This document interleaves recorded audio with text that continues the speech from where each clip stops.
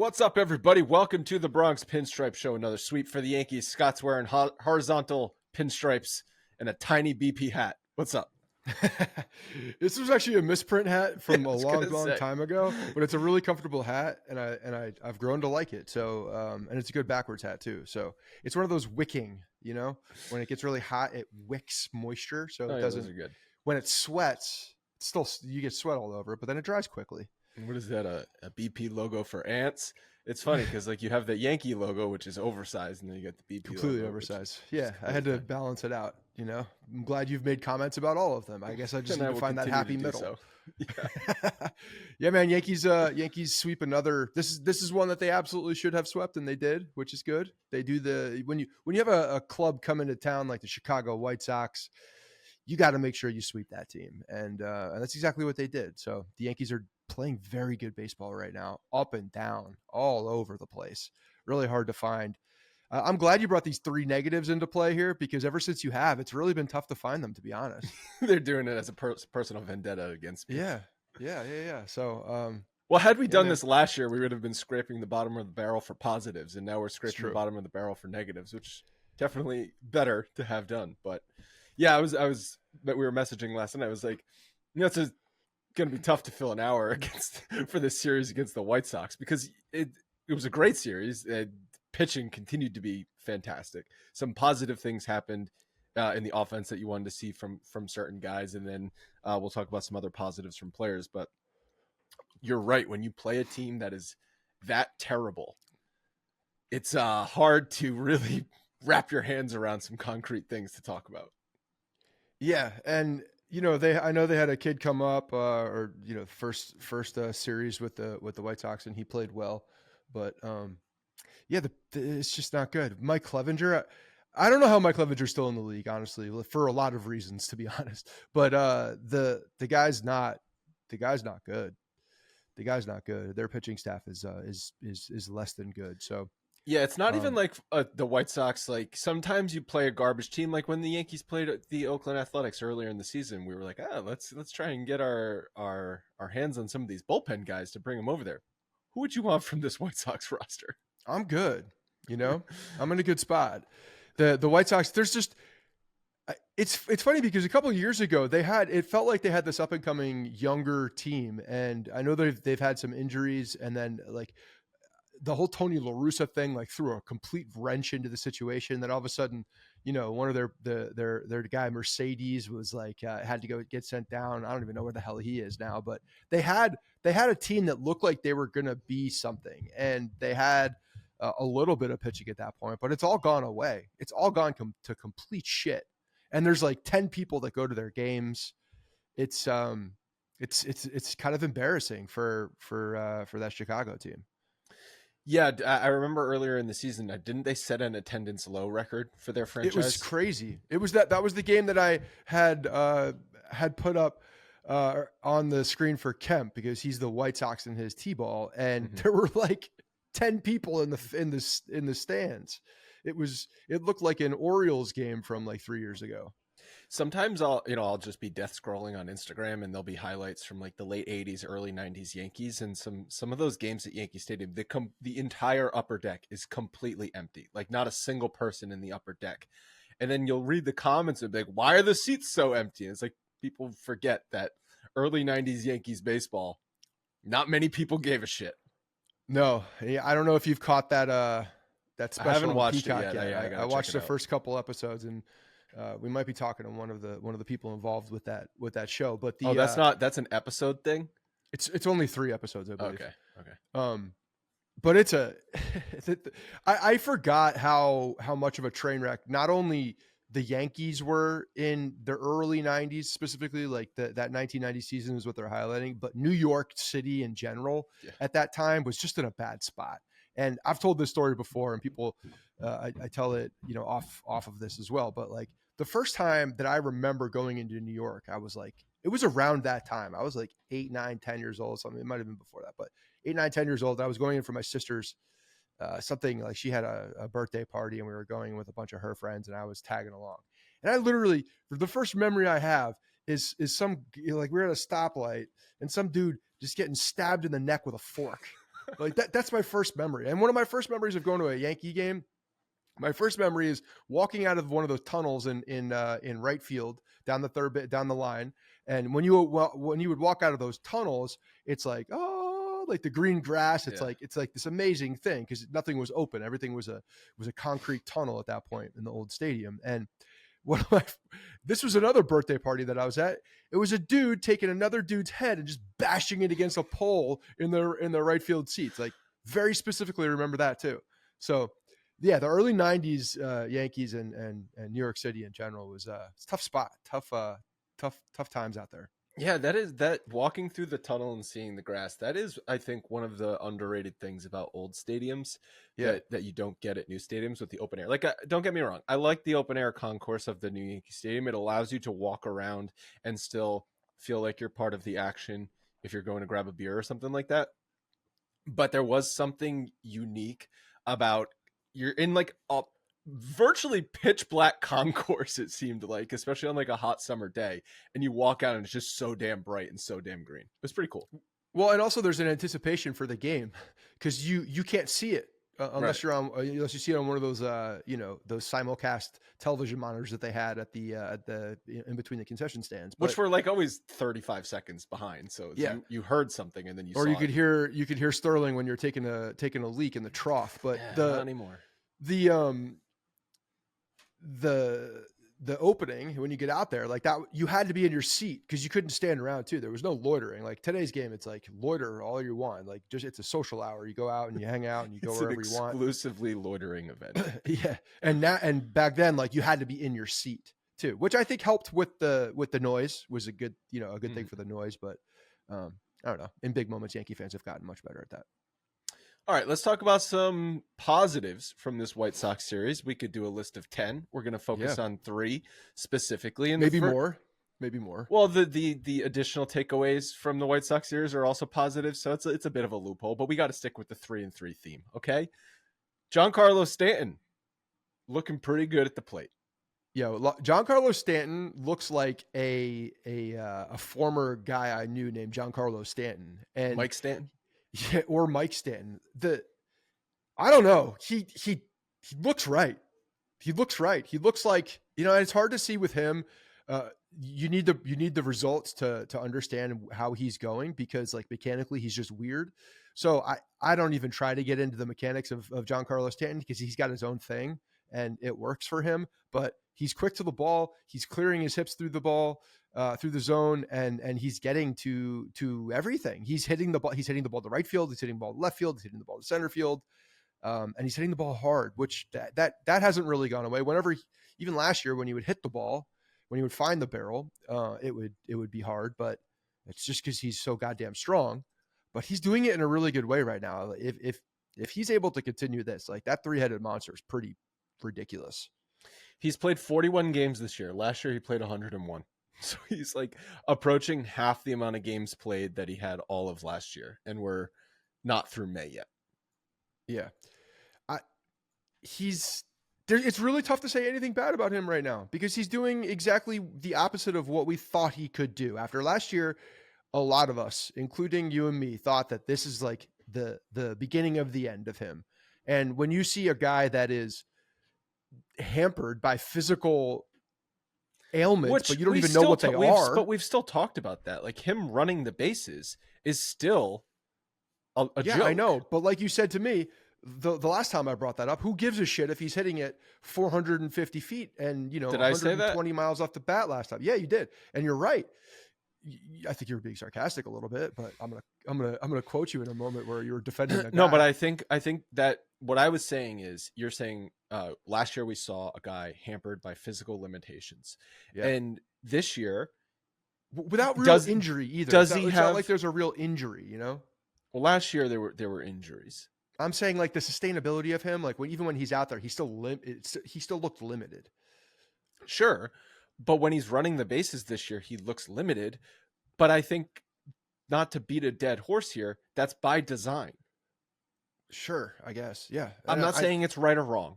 I'm frustrated by it too. And I'm not frustrated by it anymore. I really am not.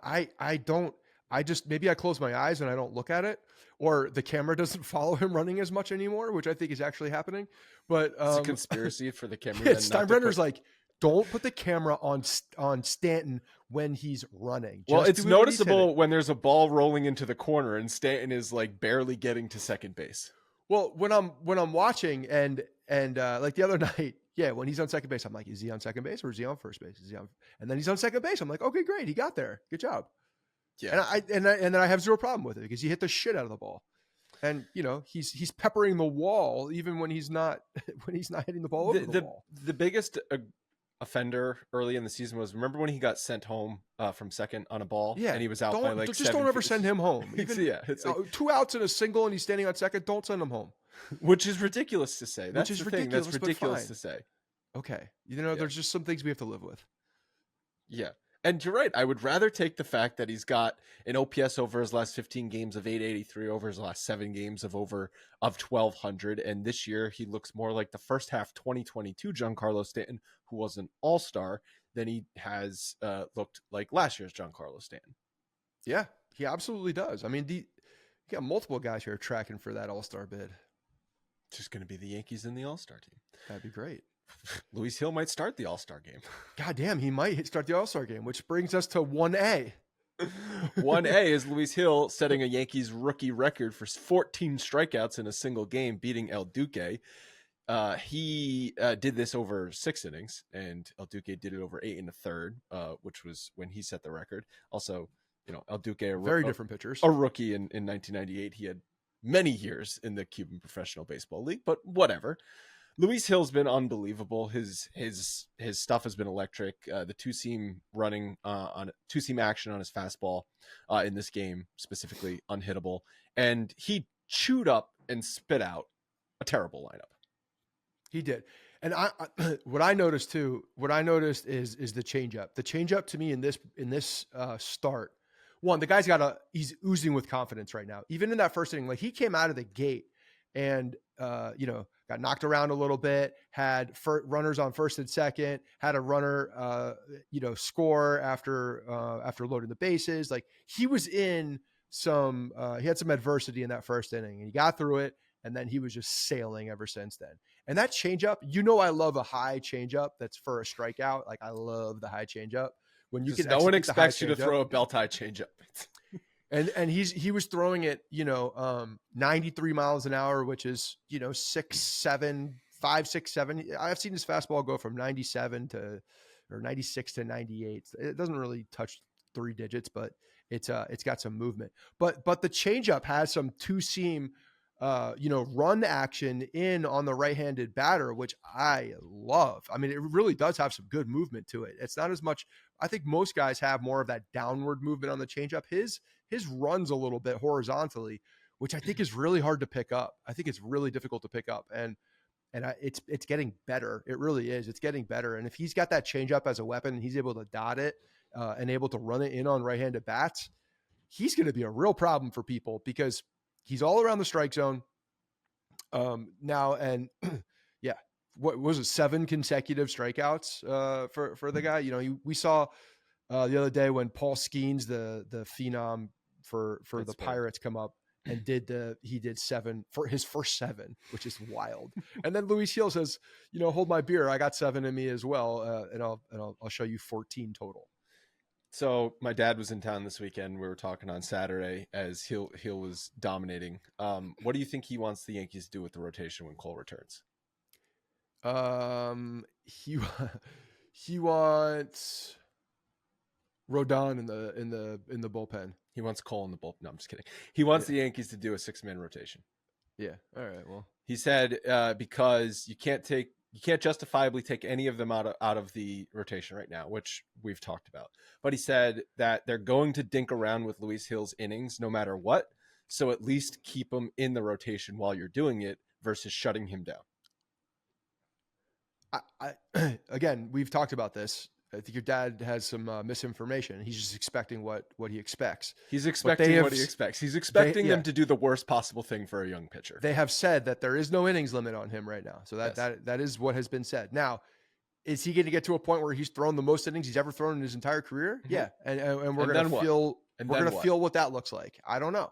But again, I've told you, I mean, if he's able to get more, more control of his control, then a bullpen is possible. But again, like I'm not, there's no possible way you can mess with him right now. And again, like the one guy I think you can mess with, who is okay to be messed with, is Nestor Cortez.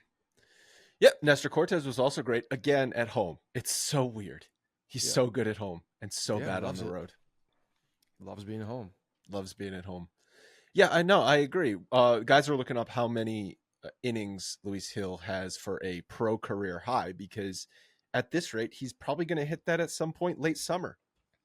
And ideally, you're not just getting him through a 162 season, you're getting him through a playoffs as well. And that means you can't be dicking around with a guy and stretching him out and then shortening him up before you're trying to set him up and prepare him for a playoff push. 96 innings. What's he at right now? Like, he's going to hit 96 innings by the All-Star break. Yeah. He's at 49 right now. Okay. He's halfway there. So he's going, which is not that far off, actually. Sometime late July, he will hit 96 innings. And he's going deeper into games. He's doing the thing that he needs to do. So he's just been so good. And when you see a young guy like that, again, I think he's just absolutely oozing with confidence at this point too. And I love the fact that he expects to be great too, because even in that first inning, as he's walking off and they gave the run up and had all the base runners on the base path, he's just shaking his head like, what are you doing? Like, that shouldn't have happened. Like, you could tell that he just knows that he's going to do well and expects to do well when he takes the ball. And I love that. But so play this out. I know there's no innings limit, but they're not going to let him throw double 96 innings. He wouldn't get there anyway, but they're not going to probably let him throw much past 140, right? Maybe they said there's no innings limit because they didn't expect him to get this far. They didn't expect him to get to the innings limit. Something? Right. Why did we open our mouths? I agree with you. I think at some point they're gonna look at that load and they're gonna say, hey, if we want him healthy, into the playoffs, they're gonna do something. And I just don't trust the management of that. I would rather this guy just pitch. And you remember what the Strasburg thing, when that happened with him? Strasburg had horrible mechanics. I can't compare the two. Okay, but they shut down Strasburg because of an innings thing. And ultimately, Strasburg was always doomed to get injured because of his mechanics. But yes, they did that in a playoff push. Yes, that was wild. And he was healthy at that point too. Right. It's like, all I'm thinking when they did that is like, yo, he's healthy still. You need to run that horse when you have him. You need to ride that guy. It's kind of like with Stanton. That's kind of how I felt with Stanton. It's like, injuries are a part of his game, to borrow a phrase from Brian Cashman. So while he's out there on the field, let's just pedal to the metal, baby. Do you think this is just a complete spite season for Stanton because of Cashman's comments? Do you think Cashman spite is an underrated motivator? Okay, yeah, spite. Well, I know you think that, yes. But I agree. Okay. Spite can drive people to do many things. Look at all of the greats in pro history. The Last Dance was a 10-episode part about how spite drove Michael Jordan to be the greatest of all time. If you want a more common phrase for it, it's called chip on your shoulder. That's all it is. But yeah, I mean, that's just it. That is what it is, though. It's if someone said you can't do something and then you take that goddamn personally, and then you have to show that particular person, and sometimes it's just one person, which is ludicrous. Which is if you take a step back and think about how unbelievably ridiculous that sounds, that one person said a thing and then you have to prove. But it's not just one person; it's the general manager of the team. Okay, I understand. It's not you or me just screaming from our podcast that Giancarlo Stanton is an injury guy. It's the freaking general manager saying it, which is essentially the organization saying it, which is also the same guy who gave him his massive contract. He didn't give him the contract. Who continued the massive contract. Who made the decision to take on the massive contract. Which actually ended up being maybe a bargain if he's hitting like this. All I know is if the general manager of the team calls you out, that's a pretty damn good motivator. That is, if there's one name to have on a hit list for Giancarlo Stanton and it just says B. Cashman, that's a pretty good one. Yeah. I mean, you go to you did the Steinbrenner history series. That was his motivator. He did that on purpose. He was trying to do that to people, to get them to take things personally and to fire them up in his own particular that way. is the best way to look at it. So do you think Cashman took a little bit of No. a page out of Steinbrenner's book? And No. he did it in his own style, but he kind of did.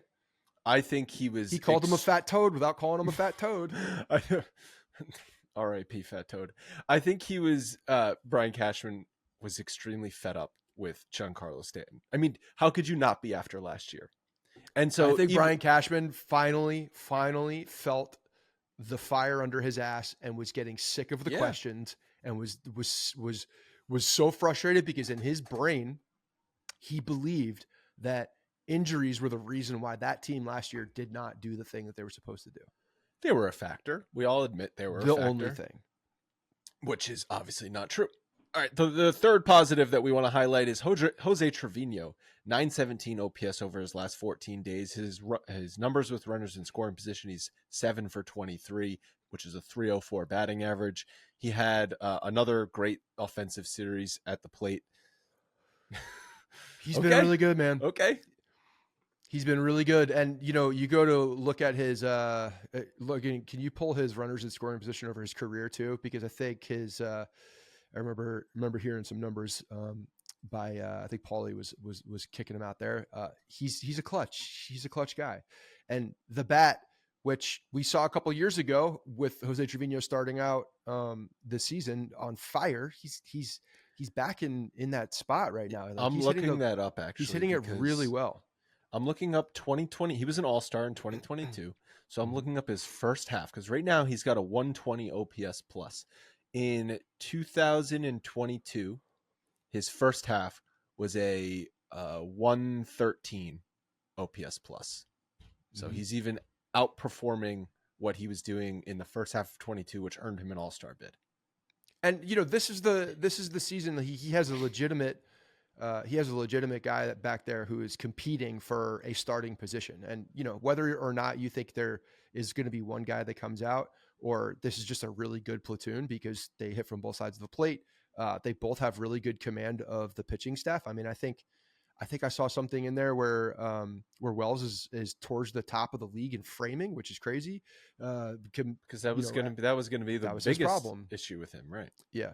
So career runners with scoring position, he's around the same, a 300 hitter, and 744 Look at the OPS plus. Look at the OPS plus. 133 OPS plus. Yeah, the guy in big situations, that nice level swing. That's what Paulie was talking about. He comes through. When you see slow motions of Trevino's swing, it does look nice. Yeah, and I think one of the factors in 2022 which caused Trevino to hit a wall is he got more playing time than they were anticipating. So he ran out of gas, but they've been pretty much sticking with a good platoon of Wells and Trevino this year. So maybe that can help him carry that offense deeper into the season. And that's a good thing. If you don't have a pure backup catcher and you have two guys who are platooning in a good way, I mean, that is the one position that certainly stress and load towards the end of the season becomes a factor, no doubt about it. So if you have two guys that you're really not giving up much when you have them in the plate, and actually they're a different look depending on who's throwing on the other side. If you're looking at the bat, it's a really good thing to have. We're going to get to the negatives, but first, it is such a good feeling to find a pair of jeans that fit perfectly and are also comfortable, high quality, and can be dressed down or up. For me, that is Dewar jeans. There are so many great things about these jeans, but my favorite is the comfort. They do not have that harsh denim feel that, some jeans can have. You can easily travel in these jeans or wear them to work and look good while doing so. Dewar's denim features 360-degree stretch. It is made from technical fibers designed to keep you cool and dry, and it is sustainable, made with plant-based materials. Go see for yourself why Dewar is the most wanted denim. I know you will love these jeans. Check out Dewar's flagship stores in LA or Denver, or shop online at dewar.com/Bronx. Right now, our listeners get 20% off site-wide if you use the exclusive URL shopdewar.com/Bronx. That's spelled DUER. You got Father's Day coming up, a couple birthdays I know for this podcast coming up in June. Doer jeans make a great gift for anyone in your life. This is an amazing deal. Don't wait. Get 20% off. Go now to shopdoer.com/Bronx. Negatives. I How guess could there the be eighth any? inning guy. How could there be any? Eighth inning. Still a little concerned with that eighth inning spot. Ian Hamilton is, I guess, still the de facto eighth inning man since the He's start got of to May. be beat up, right? Like something's going on with him. I mean, we've been saying that, but he's still out there pitching. In May, he's appeared in 8 games, 7 1/3 innings. He's given up 3 runs, which is a 3.68 ERA, so it's not awful, but a 4.22 FIP. But he's pitched worse than that. He's allowed a 3.82 batting average and over 1,000 OPS in those appearances. I mean, Judge didn't help him out. Judge had a little brain fart in the outfield for a couple at bats, but he just hasn't been sharp. You see him getting swings and misses and kind of fooling hitters, and you're just not seeing that with him right now. So I don't know what's going on with him. If it's pitchers can run into slumps as well. It's not like he's been a lights out guy his whole career. He's been a guy that has had a resurgence. So whatever that was, he's got to find it again. Or he's got to get healthy. Well, if he's not. Canley's rehab is going well, and the goal is to activate him on Tuesday after his final rehab appearance, which came on Sunday. So Canley, in theory, could slot right into that 8th inning spot. I think he will too. He's going to be, whether it's the 8th inning and they're leaving a guy in that spot, or he's just another high leverage guy that they're gonna be using. I absolutely think that he's going to be that guy too. So if you get Canley back, and Canley's, and the interesting thing about Canley, obviously we know that his changeup and the way that his splits work, he's actually very effective, if not more effective, against lefties, which is not something you see often. But yeah, you got some decent options out there with him if he's throwing well. So it sounds like everything's going really well with his rehab. All right, the next negative is yours. This is your pet peeve, apparently. Yeah, I wouldn't call it a pet peeve, and I'm trying to pulling things here because the guy's been so goddamn good. Clay Holmes. We just got to talk about this entrance music and the light show. And I know read a couple articles about it, listening to everybody talk about this thing. And the guys were pushing the Yankees staff to get, to up the production value of their guy, because he's nasty. He deserves it, right? Like he's a bona fide closer on the New York Yankees, first place team. You want your guy to be coming out. Then he's coming out to Chris Stapleton White Horse with the line is like, I know the word dangerous is in there, but they're talking about love being dangerous. It's like they just Googled songs with the word dangerous, and this is the first result, apparently. And I know he's a Southern guy, and he probably likes the country music, but you know what? It just doesn't fit. It doesn't work. It doesn't fit. Now I have a hard time shitting all over this because he's been off. He's been really good. So I'm not also trying to fix things that aren't broken. But maybe it's to get into the opponent's head to keep so they let their guard down. They're like this. Yeah, they just start singing the song because they're like, oh, I need a beer. Like they're picturing themselves at an amphitheater in the middle of the summer. Like, oh no, I got to play baseball. I remember when I used to be able to do this and go to country concerts and maybe because it's a catchy song. It's like it's a song that you can sing. It's one of those. Especially if you had a couple drinks, you're belting it out, acting like you are Chris Stapleton. But yeah, the lights are cool. I think everybody's doing that now. The Yankees have been doing that with the home runs and everything, but I feel like we can upgrade this. And I know that Chapman just gave us anxiety every time he took the ball because we had no idea what the hell was going to happen most of the time. But damn, was his, the entrance that he had with the siren and rage. Anytime you could put Rage Against the Machine on to get fired up for something is a good positive thing. And that was a good one. And he's a closer. Like there should be some intimidation factor here.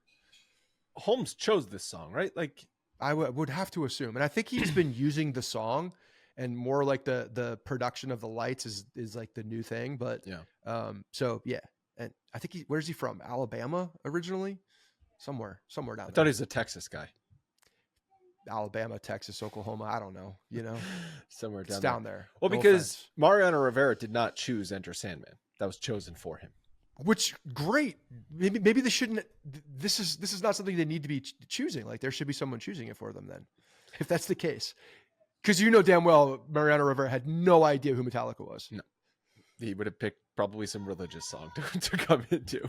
Yeah. If it So were up it to was him. so yeah, you gotta put your guy in a position, and I feel like this wasn't the best position to put him in. All right, and the third negative, yeah, Logan. Did you have something? Yeah, I was just gonna say, Scott, you're right. Alabama. There we go. Okay. Maybe an Alabama song. No. Do you know of an Alabama song? I don't know. I know them, but I don't know the names of the songs. But maybe an Alabama something song. About it's a little bit. At least that's like Southern rock. Something about a truck driving on the highway. This is like, this is after or before. This is the Southern rock. This is more like the Skinner vibe. Okay. Well, for the second series in a row, the third negative is that this was only a 3-game series and not a 4-game series. Yeah. I'm glad we're using that one because it's a good one. Because the White Sox suck. And you know what? The joke is here that the White Sox suck. And if the Yankees sweep the Mariners in 4 games, guess what the third negative is going to be? Yeah, taking 3 out of 4 ain't bad, but taking 3 out of 4 ain't bad. Yeah, a little bit of a better opponent, coming in with the Seattle Mariners, your hometown. And then if we want to do a bonus positive, Juan Soto broke out of his slump. He hit the ball hard on Friday, and then he goes 4 for 4 with 2 dingers on Saturday. I read an article in The Athletic talking about him doing early batting practice on Friday to fix a mechanical tweak in his stance that he felt wasn't quite right. And he was out there, super early doing batting practice.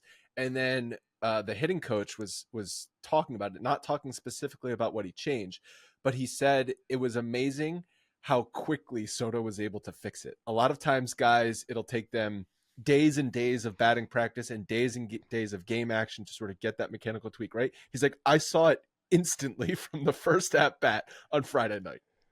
He's amazing. And like, as if there was any doubt here that he was going to fix whatever this was and get back to smashing the ball, because I don't know. The guy he looks like, and the way that he plays, he's so tuned in on every piece of the game and every piece of the way that he does it. He clearly can feel his swing, in a way that he's able to self-evaluate and then fix just by feel. And then like getting a little bit more reps for being intentional about a particular thing that helps him get back to his baseline. So hell yeah. I mean, he was ripping the ball, Paul O'Neill was talking about one thing that I thought was interesting, but he keeps that back foot flat on the ground. Seems like longer than a lot of other guys, and it helps him keep his weight back. Something I'm working on with Kemp, and I have him watching Juan Soto and Aaron Judge tape. I started doing some side-by-side clips of it. It looks funny actually, of them, but it's helpful to, for demonstration purposes. And he does that so well. He controls his weight when he's swinging that bat so well. And that first home run that he hit, it just looks so violent when he does it because he's so far back in his stance.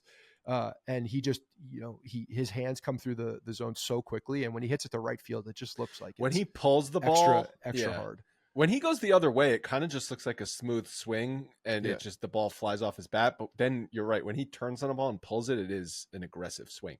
Yeah. O'Neill also made the point that he's got a lot of, because Kevin Long was the hitting coach in Washington when, I believe when they won the World Series, but when Soto was first coming up.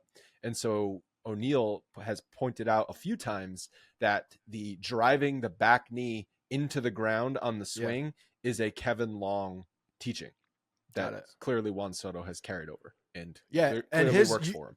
His looks different when you see that. You're right, because that back knee is definitely, it is lower, and it does have that action towards the ground too. And I think that's, him keeping that flat foot is probably connected to that motion as well. And again, it's one of those things that allows him, and obviously he can feel it in a really positive way, but it allows him to keep his weight behind his his center, and he's able to drive it. So yeah, this is great. We have a guy that can fix himself. It's perfect. Well, the hitting coach was there watching him. Yeah.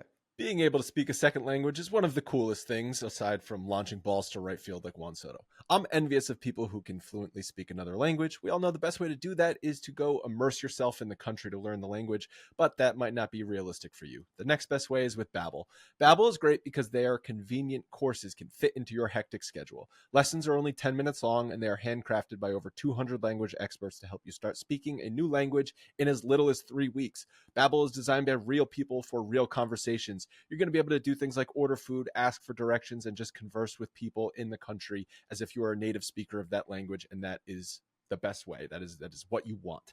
Babbel has over 16 million subscriptions sold, plus all of Babbel's 14 award-winning language courses are backed by their 20-day money-back guarantee. And if you are listening right now, you get a special limited-time deal. Right now, get up to 60% off your Babbel subscription, only for our listeners, at babbel.com/Bronx. 60% off, 60 is an amazing deal at babbel.com/Bronx. That is spelled BABBEL.com/Bronx. Rules and restrictions apply. Let's touch on a couple of the other injury updates. We mentioned Canely. LeMahieu also started his rehab this weekend, and he's going to try to play in some games this week, which they're going to try and get him in back-to-back games next weekend, and then they will be making a decision on when to activate him. Yeah, they're taking their time with him, obviously, and Boone's been pretty consistent with what they're saying. Like at this point now, they're making goddamn sure that they're putting him through the ringer in the minor leagues before he's coming up here just to stress test every single possible area that they can with this injury. But he had an infield hit, when he was down there. So that's good. That's something. I didn't see the play live. I didn't see the play. I wasn't watching my MILB subscription in that moment. But so I don't know if it was a trickler that he was able to just get, but that means LeMahieu's running down the line and, beating out a ball in the infield. But think about that. That's LeMahieu coming back. Where's he going to slot in? Towards the bottom of the lineup? Volpe's not going anywhere at this point. No. Volpe's the leadoff hitter for the rest of the year, most likely. Yeah, I agree. I think had LeMahieu come back when Volpe was in that extended slump, you might have seen LeMahieu slot back in there, but yeah, Glaber's been hitting 7th, so you'd probably slot LeMahieu in there and bump Glaber down a spot. Yeah, so that's a good bat. That's a good bat to have on a close to everyday basis coming in. Cole also threw another bullpen session, clocked in the low 90s. And then the next step is going to be to throw live batting practice. Jason Dominguez has had 13 at bats. He's hitting 385, 529, 462 with a 991 OPS. I think he's ready to become called up. That's a major league guy in single A right now, just ripping through. That's what he's supposed to do. So that's good to see. Hey, feeling good, seeing the ball well, doing the thing he's supposed to do against inferior talent. Great. I love it. Let's all remember what the injury was, though, right? Yeah, Tommy John. So hitting is one step, but he hasn't played the field yet. Like, he's going to have to play the field and be able to throw comfortably. Yeah. But yeah, that's a good sign. Peraza also reinstated into AAA, and then Efros is almost ready to start throwing to batters again. A lot of guys coming back from injury. Efros and even Lou Trevino's on the. I think he got shut down a little bit, but for something, I read that they didn't think it was serious, but he's on the horizon. So there are more bullpen arms that are coming back. Like, truly, I know we make fun of this every year about Cashman and the mid-season signings of Cole, internally. though. He's getting Cole back mid-season acquisition. Yeah, but they're actually very real this time. And we only make fun of it when it is in place of actual acquisitions. Yeah, but also, like, at some point we're going to be running into looking at that roster and asking who's moving. Where is this? Is it in addition? Where is there going to be someone that can help this team, and where are they? Whose spot are they taking? Because there's so many guys that are just playing well right now. It's not glaring. I mean, there are some obvious things I think in the bullpen, but yeah, I mean, there are reinforcements coming, like bullpen, good reinforcements. Bullpen and infielder. If LeMahieu is the infielder, great. Then that's your midseason infielder acquisition. But if LeMahieu's not, then I would think they were going to try and get an infielder. And again, like, I think it's very specific to third base. Yeah, if that's the case. Yeah, no, I agree. If you're going to be going to Yankee Stadium this week, then you should be using Game Time to get your tickets. Game Time is now an authorized ticket marketplace of Major League Baseball, meaning buying tickets to a baseball game on Game Time is now even faster and easier. The Game Time app has so many great features. I personally love the flash deals, so you can see what sections the best deals are in, all in pricing, so there's no surprise fees at checkout, and the real seat views, which last time I told you, you can pan around into different areas of the stadium just so you can get every single aspect of where you're going to be sitting. Is really cool. This week against Seattle, tickets are as little as $8 on Game Time, so you can go to these midweek games for not much money using the Game Time app. Game Time is the fastest and easiest way to buy tickets to sporting events, but you can also find tickets to concerts, comedy shows, theater, and much more. The Game Time guarantee means you'll always get the best price if you find tickets in the same section and same row for less money. Game Time will credit you 110% of the difference. Take the guesswork out of buying tickets using Game Time. Download the Game Time app, create an account, use code Bronx for $20 off your first purchase. Terms apply. Once again, create an account, redeem code BRONX for $20 off. Download Game Time today. Last minute tickets, lowest price guaranteed. You were going to say something. I wasn't, but I will tell you that something I was just thinking about. I'm going to fix Clay Holmes' song and I'm going to find the right song. You'll have it for next episode? Yeah. Okay. I'm going to find the right song. Can't wait for that. Yeah. Seattle Mariners coming to town. They are 25-22. They're 500 over the last 10 games. They rank 17th in Major League Baseball in WRC plus with a 99. So, call it league average, 25th in batting average and 9th in home runs. And then on the pitching side, they rank 10th in baseball with a 3.43 ERA, 12th in ERA minus, 95. So a bit better than league average. And then actually first in walks per 9. So they do not walk batters, no free passes. The matchups: Stroman versus Logan Gilbert, then Schmidt versus Brian Wu, Cortez versus Bryce Miller, and then Thursday, which I believe is like a 12 o'clock start, which is kind of odd for Yankee Stadium, Hill versus Luis Castillo. Yeah, I mean they've got good pitching, so it'll be a nice test. But I don't know, the way that the Yankees are going in at home right now is. I think just a gauntlet for anybody to walk into. It really is. It's a tough spot for any opponent. And I think that they're going to light these guys up. That's what I think. I think they're going to light these guys up, and it's going to be a tough spot for them because the offense is cooking, and when you're at home and the offense is cooking, it's tough to cool it down. It really is. But they can throw the ball, and like you said, they're around the plate. So that means the Yankee bats are going to have to be aggressive, and when they're going well, that's a good thing for the Yankees. Yeah, it's 4 games. They just played the White Sox, who stink. The Twins, despite the fact that the Yankees completely owned them and have owned them for my entire life, like they were on a heater, so that wasn't necessarily an easy series. The Mariners don't suck, so they don't suck. Yeah. Funny footnote about the Twins too is that there was the Yankees tweet for. The acquisition of Luis Hill was floating around Twitter again, and it was for Jake Cave. So Jake Cave, and I think there's maybe a couple else to the Minnesota Twins. Yeah. So thank you, Minnesota. Again. Wait, was that when was that though? 19, maybe. I think. That was that. I don't remember the specifics. He was a young pup. Trade. Like the picture of Luis Hill was like he was a young pup. Yeah, but I don't remember the specifics around why that deal was made. I think there was a 40-man. I think there was like a roster. They had to move a guy to make a roster move at that point, and I think that's what spurred it on. Maybe somebody was coming back from injury, or I don't remember the situation. They DFA'd Jake Cave. I believe it was to start the season. It was like the beginning of the season roster crunch. They needed a spot on the 40-man. Yeah. In 2019? That was before the 19 season?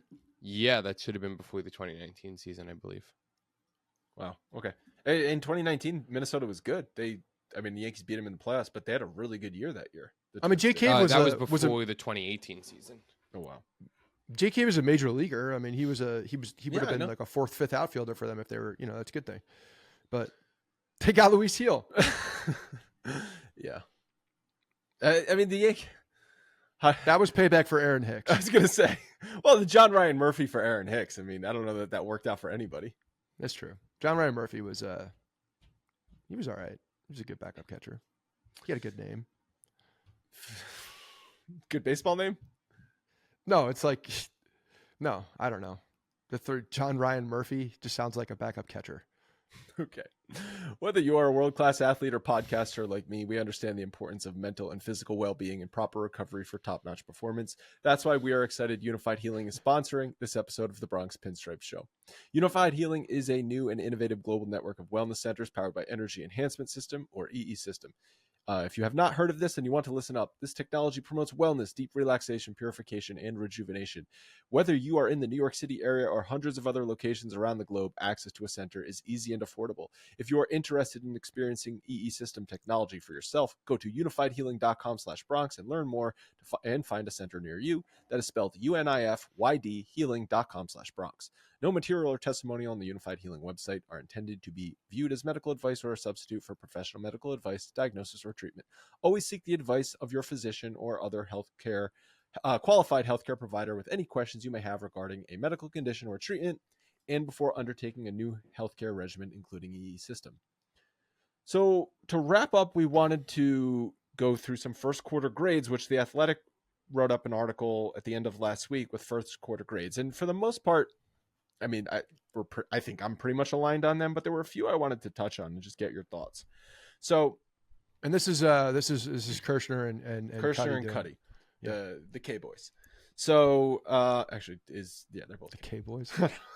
Whatever.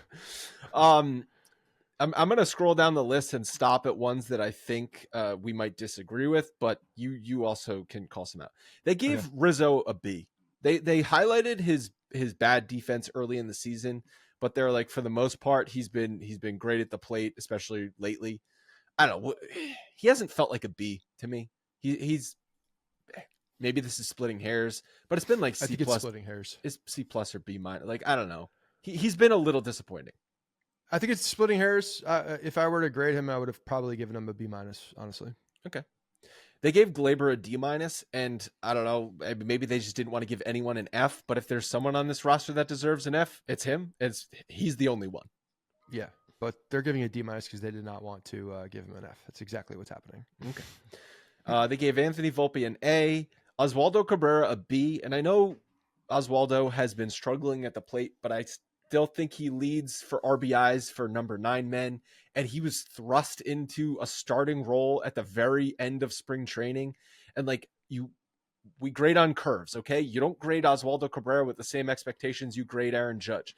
So for me, I'm like, he got an A-, okay? He's done way more than we thought he was going to do. And he stepped up in a spot where Judge was absent for the first month, and Cabrera, took on some of that, and for the first couple of weeks was unbelievable. So yeah, I have to, and I think and I know he threw one up the line a little bit the other day, but I think he's for the most part played a pretty good defense over at third base as well.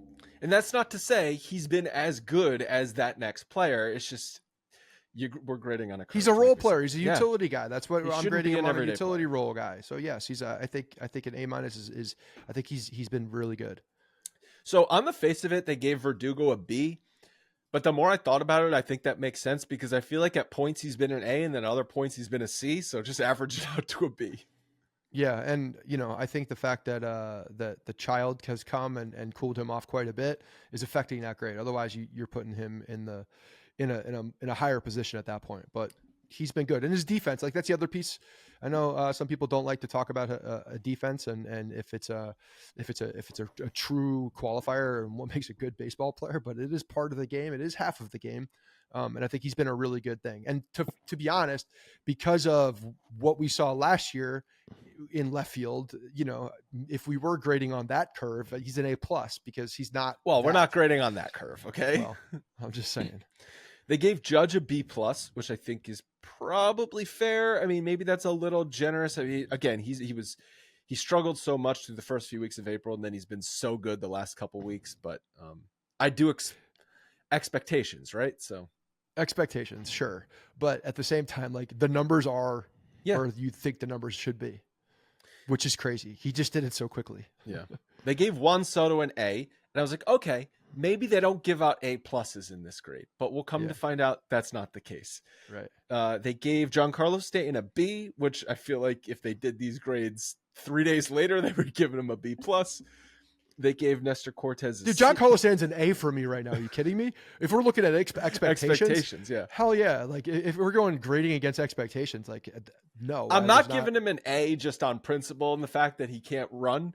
But yeah, I think it's better than a B plus, than a B, but probably an A minus. Nestor Cortez a C, which probably makes sense considering he's an A plus at home and an F on the road. Luis Gil A plus. So here they're giving out A pluses. Luis Gil, absolutely an A plus. But how do you? Because the expectation is that you don't know what Luis Gil is. So when you go that far above expectation, that's where the plus comes into play. You expect Juan Soto to be great, so he's an A. But he's been even better than anyone. I don't want to say thought, but like, you know, you temper expectations a little bit. At least the cynical fans. Juan Soto's numbers have been ridiculous his entire career. So you know, to expect greatness from him is I don't know, but it was just so satisfying to see a superstar start so damn good with the team. Okay, it's different when you see it day to day for sure. But Luis Gil, if anybody on this team deserves an A plus, that man deserves an A plus. They gave Rodon an A minus. I think it's a little generous, but again, it's because they were probably he was such garbage last year that anything was better. And he has been good. Like we didn't really talk about him in this Chicago series. He pitched well. He came out of the gate, gave up a home run, gave up a couple runs, but then he cruised. And I know when you get some runs behind you and you're playing the White Sox, like you should be around the plate and you should be able to dictate what you want to do against that team. And he did for the most part. But here's the thing: they gave Rodon an A minus and Schmidt an A. Okay, yeah, Schmidt is okay. B plus for Rodon and A for Schmidt. Okay. Stroman a B, which I think might be a little generous because he had, like we talked about, he's a B. It was 6 straight starts. He was terrible though, and that was the bulk of his season up until that point. He's a solid B for me. I like him off the field too. I like him. I mean, he's such a good clubhouse guy. Like that. This clubhouse is in like a really good gel spot. They really are. They have a lot of everything, and I'm really liking the way that it feels. And I think Stroman is a very solid contributor to that side of the game. All right, so I'm going to run down the bullpen guys, and you stop me when you think they got it wrong. Nick Birdy a B. I don't know enough about Nick Birdy yet to give him a B. It's like I need to see more still. He just came back, I feel like. Caleb Ferguson a D. Sure. Victor Gonzalez B minus. I think he's a B. Ian Hamilton C plus. He's a C. He's not what we. He's not. He's a C. Clay I don't know how he's a C plus. He's a C. Clay Holmes A plus. Yeah, hasn't done anything wrong. Dennis Carlos Santana. Dennis Santana C minus. Sure. These are two guys that are Turd Ferguson and Santana. Two guys that are going to Michael Tonkin's got a B. Yeah, I mean, again, like this guy's on his 15th team this year. Like what? Incomplete. Like what? They should give him a D for DFA'd in a week and a half from now. They were going out for midweek happy hour when they wrote this, and this was like beer number 3, and they start throwing darts, and that's when they give out their grades. And Luke Weaver an A, which A plus. But if you're going expectations, it's like we didn't do the catchers. Jose Trevino A, Austin Wells B. Yeah, sure. I think that's good. Did we skip over any of the infielder? John Birdie C minus. I don't know. Again, John Birdie just came back. I think that it's hard to see. They gave Grisham a C. Grisham a C, and Jemai Jones a B. I don't even know how you grade those guys. That's what I said. It's like, how do you? If you're a utility, I said this before. I said this before we started recording. If you're a utility player and you just haven't royally fucked up to the point where you cost the team a game, you get a B. Yeah. Yeah, but at the same time, like it took Jones and Grisham like a while to get a hit. Grisham didn't have a hit in his first 20 at bats. Yeah, and Grisham has 2 through 29. So he didn't make a play that we were both like, you're a defensive center fielder. You got to make that play. You got to be a wizard out there. Got to be a wizard out there. Yeah. So one of these guys one of these guys is on the chopping block. Well, it's Jones. He's on the chopping block when LeMahieu comes back, and it's Michael Tonkin when it's Tommy Michael Kahnle Tonkin comes back. Yeah, and then or Turd Ferguson. Maybe Tonkin is coming in and really, going after that spot. Maybe you need a mop up guy. You do. Ferguson, although does have, he's got some value against lefties. Yeah. Anything else you want to touch on? Call for mailbag questions, info@bronxpinstripes.com for next episode. We've been loving those mailbags, so keep sending them in. Anything else? I think we'll record possibly Thursday again after the day game. It's an afternoon game. Yeah, let's do that before they go out to San Diego for Juan Soto's homecoming. San Diego. Yeah. All right. Good. Looking forward to it. Sunny San Diego. Thank you guys so much for listening, and go check out for that episode late on Thursday.